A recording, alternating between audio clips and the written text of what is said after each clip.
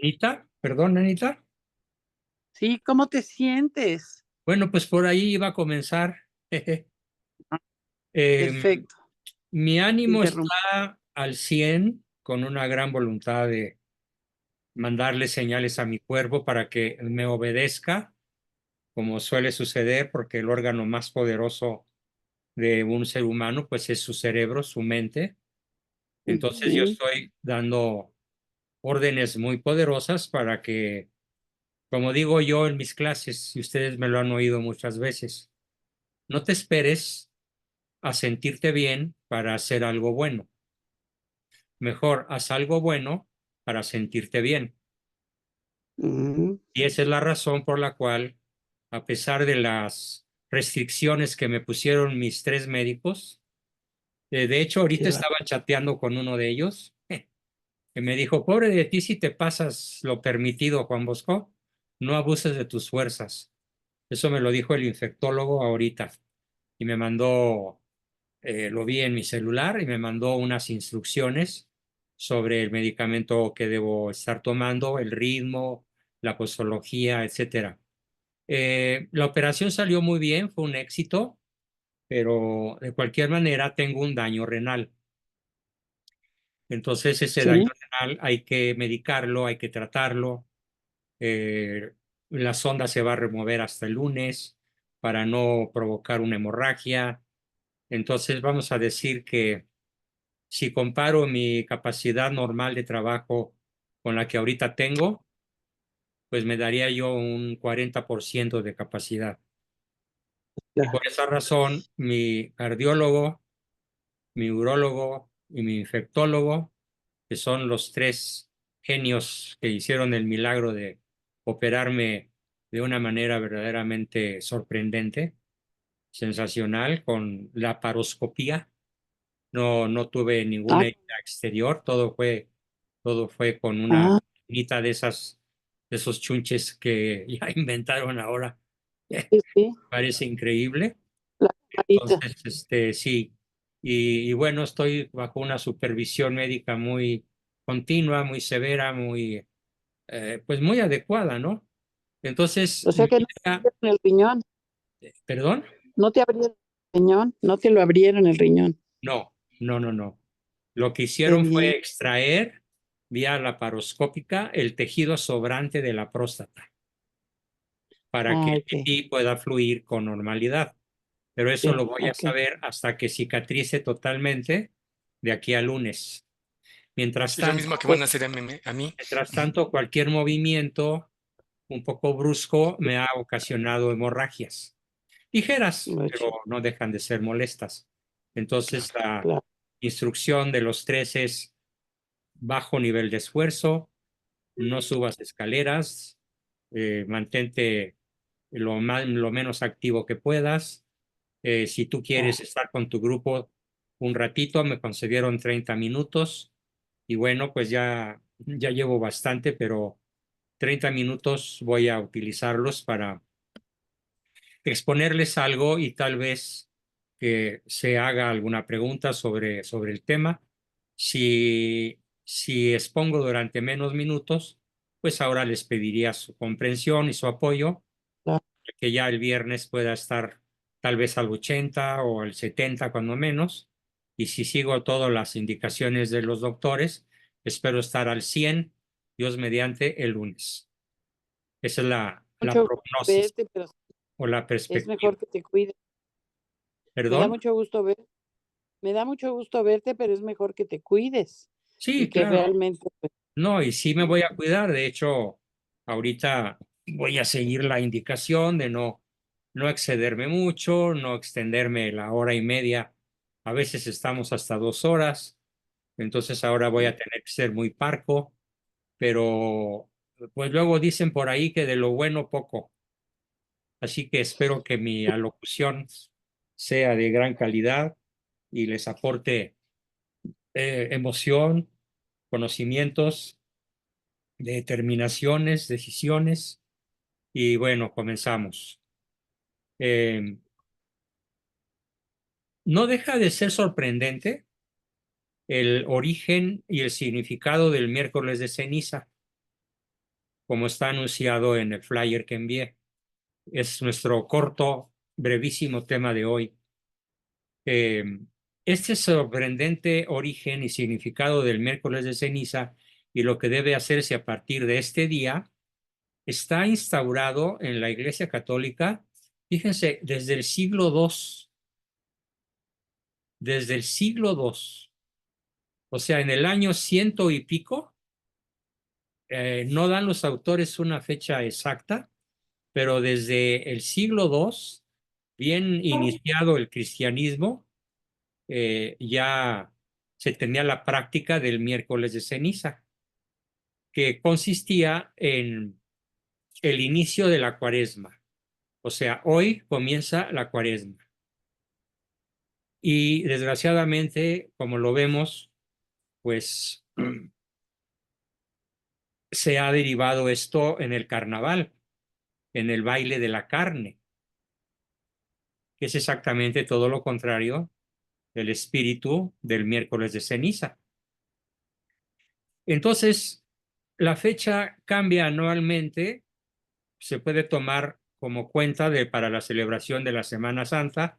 Ahora cayó en 14 de febrero, pero a veces el miércoles de ceniza cae en otra fecha.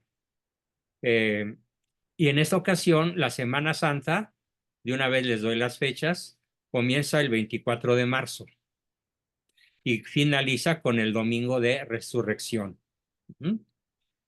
Eh, a veces la Semana Santa cae en abril, pero ahora cayó en marzo. Bueno, hoy es el inicio de la cuaresma. Para marcar las fechas de la cuaresma, se toma como referencia la Pascua de Resurrección, fechada en el calendario teniendo en cuenta cuándo es la primera luna llena de la primavera. Fíjense, ese es el referente astronómico. ¿Cuándo es la primera luna llena de la primavera? A partir de ese momento transcurren 40 días, dejando fuera los domingos, hasta que llegue el día en que Cristo resucitó tras ser crucificado. El origen y los rituales. Como les decía, el miércoles de ceniza se origina en el siglo II, aunque no como el ritual que conocemos hoy, idéntico. Había algunas variaciones.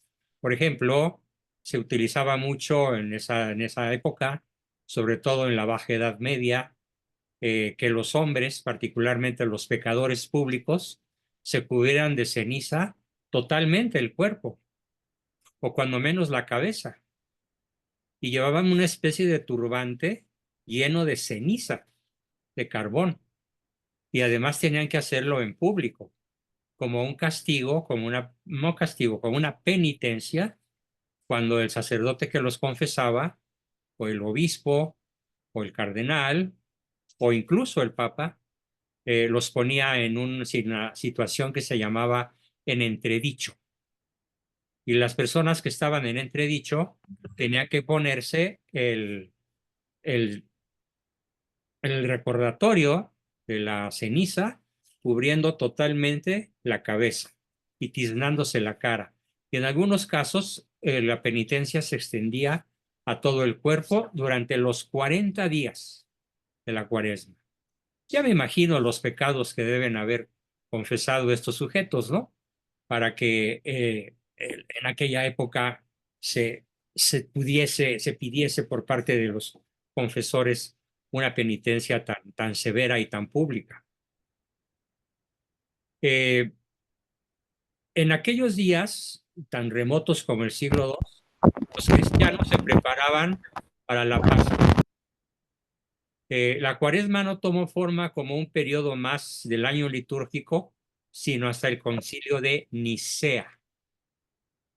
O sea, se incluye la cuaresma como una cuestión litúrgica hasta el concilio de Nicea. Y esto ocurre en el año 325 de nuestra era. O sea, 2 siglos después de que se había comenzado la práctica de la imposición de ceniza, del miércoles de ceniza. Y en ese concilio se decretaron 40 días para preparar la conmemoración de la resurrección de nuestro Señor Jesucristo. En esos 40 días, la tradición cristiana sitúa el tiempo en que Jesús es conducido al desierto y tentado por Lucifer.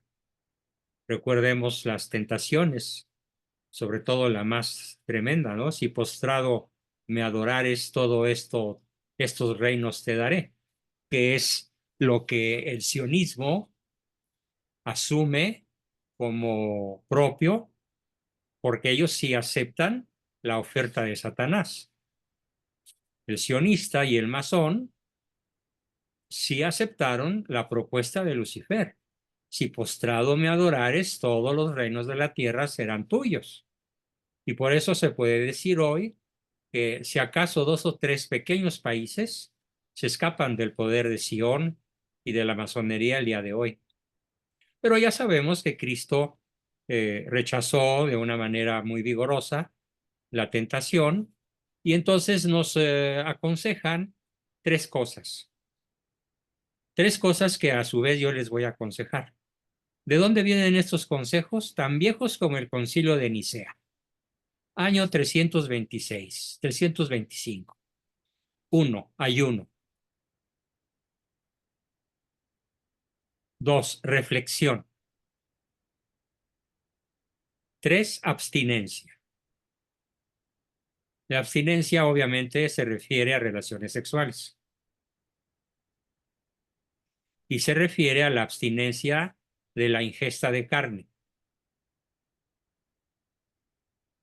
Cuando yo era niño y adolescente, los 40 días en casa, los 40 días, se hacía ayuno, reflexión y abstinencia.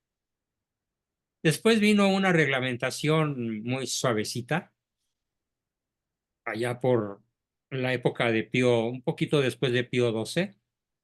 No recuerdo con precisión cuál de los papas posteriores a Pío XII aflojó la norma y exigió ayuno, reflexión y abstinencia únicamente los viernes de la Cuaresma y particularmente los días jueves, viernes y sábados santos. Y con terminación de todo esto, el domingo de resurrección. Aquí en casa tenemos la costumbre de conservar lo más posible el ayuno, la reflexión y la abstinencia. No de una manera tan rigurosa, porque luego la salud no se lo permite a uno, pero dijéramos que de la manera óptima, factible, de la mejor manera posible, celebrar esas 3 cosas que nos van a marcar como lo que verdaderamente somos: herederos del reino de Dios, hijos de Dios y herederos de su gloria, y redimidos por la muerte y la resurrección de nuestro Señor Jesucristo. Entonces, el miércoles de ceniza, desde su origen, los pueblos cristianos decidieron no ingerir comida o en muy pocas cantidades durante esos días. Es una tradición que hoy continúa, aunque sin tratarse de una norma estricta. Así, el miércoles de ceniza se suele eliminar la carne o alguna de las comidas y extenderse todos los viernes de Cuaresma. Bien, y los miércoles de ceniza se elimina la carne o alguna de las comidas. Uno de los rituales de este día penitencial, es un día penitencial, es acudir a las iglesias para la imposición de la ceniza. Y esta costumbre se remonta, así como ahora la conocemos, solo la cruz en la frente, en el siglo XII, o sea, 10 siglos después del ritual que ya platicaba yo hace unos minutos. Primero se celebra la homilía, después el cura coloca la ceniza en la frente de los asistentes y estos restos proceden de las palmas quemadas que fueron bendecidas el Domingo de Ramos del año anterior. O sea, las palmas que fueron bendecidas el Domingo de Ramos de hace un año son las que se usan quemadas para frotar con esa ceniza la frente de los fieles. Creo que muy pocos sabían este dato. Levante la mano el que lo sabía, o diga yo sí lo sabía. 3 personas, muy bien. Yo sí, doctor. Qué bien, Yo 4, Yo también sí lo sabía. 5, Oliva. 6, sabía. bravísimo, qué Yo bien, me también da lo mucho sabía, doctor. qué bien. En este momento, los sacerdotes pronuncian las palabras, las voy a decir en latín: memento hominem que a pulvis eris et in vulvis reverteris. Recuerda, hombre, que polvo eres y al polvo volverás, y en polvo te convertirás. A partir de este 14 de febrero, pues se abre un tiempo en que la Iglesia invita a reflexionar y meditar, culminando con la fiesta de la resurrección del Señor. Bueno, voy a dar en estos momentos, en los 4 o 5 minutos que me quedan bajo el permiso médico, una reflexión muy importante. Tal vez muchos ya me la hayan escuchado en los cursos de hace un año, 2, 3 o 4 o más. Y es que, ¿cuáles son los 2 estados de conciencia en el cual vive el cristiano de manera sempiterna? Es decir, siempre. Claro, con sus altos y bajos, sobre todo cuando uno descansa o duerme, el nivel de conciencia disminuye y se anula en la fase de sueño profundo, pero al despertar, lo primero que hace un buen cristiano, y procura mantenerlo vigente, consciente y consecuente con sus acciones todo el día, este doble estado de conciencia que voy a explicar. El primero es la constante conciencia de nuestra inmortalidad. Al morir no nos aniquilamos. Al morir comienza la verdadera vida. Por esa razón se utiliza en el caso de los mártires cristianos, por ejemplo, o de la muerte de grandes santos, nació, por ejemplo, San Juan Bosco, el 31 de enero de 1908. ¿Sí? ¿Por qué se dice nació? ¿Por qué cuando a Sebastián lo llenan de flechas y muere como mártir siendo el soldado romano? ¿O por qué a San Lorenzo lo tateman en una plancha y luego dicen los cristianos, nació tal día, el día de su muerte? Porque ellos conmemoran, y nos conviene conmemorar, nuestro nacimiento a la inmortalidad. Ya he explicado, y lo voy a hacer de manera muy sintética. Respiro. ¿Cómo podemos estar seguros de que somos inmortales? Por la sencilla razón de que el cuerpo que ahorita tenemos, en estos momentos, no es el mismo, molecularmente hablando, que el que teníamos hace media hora, o hace una hora, o hace 7 años, o del momento en que nacimos, o del momento en el que fuimos concebidos. Y dentro de unos cuantos segundos, dentro de unos cuantos minutos, dentro de unas cuantas horas, o dentro de los 20 años que le suplico a Dios que todavía me permita vivir, mi cuerpo experimentará, y el de ustedes también, una absoluta sustitución molecular. De tal manera que tu cuerpo nunca permanece idéntico a sí mismo. Nunca. Ni por un nanosegundo. ¿Por qué? ¿Cómo es posible entonces explicarnos que el yo sí permanece idéntico a mí mismo? O sea, yo soy el mismo que nació de mamá. Tú eres el mismo que nació de mamá. Tú eres el mismo que tenías 5 años, y lo recuerdas. Tú eres el mismo que tenías 14 años. Tú eres el mismo que a los 18 tuviste tu primera novia. Tú eres el mismo que se recibió a los 23. El yo es el mismo. Aquí entonces la gran pregunta es, ¿cómo puede el yo permanecer idéntico a sí mismo en un organismo que no permanece idéntico a sí mismo ni por un nanosegundo? ni por un nanosegundo. La respuesta es porque el yo es inmortal, porque el yo no es materia y al no ser materia no experimenta cambios metabólicos y por lo tanto no ocupa espacio, no viaja, no pesa, es inmaterial, subsistente e inmortal. Y la mejor demostración está en esta frase. Yo he permanecido idéntico a mí mismo toda mi vida, de ya 81 años casi, en un cuerpo que no ha permanecido idéntico a sí mismo ni por un nanosegundo. Luego no puedo morir. Mi yo, al morir mi cuerpo, trascenderá a la eternidad y recogerá los frutos, no de sus creencias, no de sus convicciones, de sus acciones. Seremos juzgados en el amor. Y la segunda conciencia que acompaña siempre al buen cristiano es la conciencia de su mortalidad física. Créanme que cuando yo entré a quirófano estaba dispuesto a morir. Señor, aquí estoy.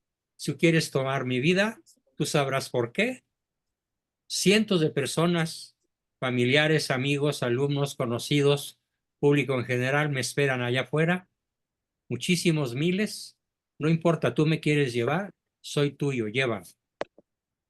Como me dijo alguna de ustedes, creo que fue Oliva, suéltate en manos de Dios. Y me solté.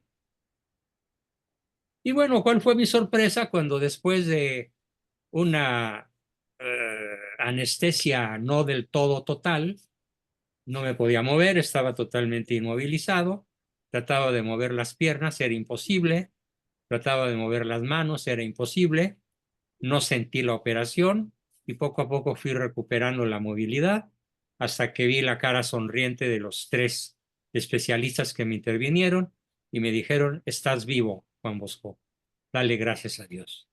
Pero pudiste haber muerto. Una falla milimétrica que toca una vena en la región pélvica de un organismo humano cualquiera y ya no lo contamos. Se necesita una precisión, un dominio extraordinario, un profesionalismo a prueba de movimientos, de temblores, de todo, de errores. Y la verdad es que estoy muy agradecido con Dios de que me haya permitido brincar este trance y volver a mis actividades lo más pronto posible. Si bien hoy pues no me vi muy brillante ni muy coherente porque además siento que se me cansa mucho la voz, pero con estas 2 cosas, la conciencia de mi inmortalidad que expliqué, la conciencia de mi mortalidad física, aunada a la conciencia de la inmortalidad espiritual, les pido, les ruego, los exhorto que nunca pierdan de vista esas 2 cosas y el resultado será una maravilla. Viviremos siempre en gracia. Porque si estamos conscientes de esto, puede resultar prácticamente imposible cometer un pecado mortal.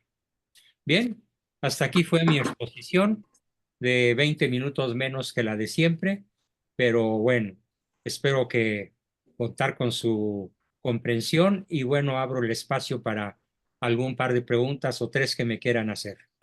Adelante, por favor, déjenme pausar.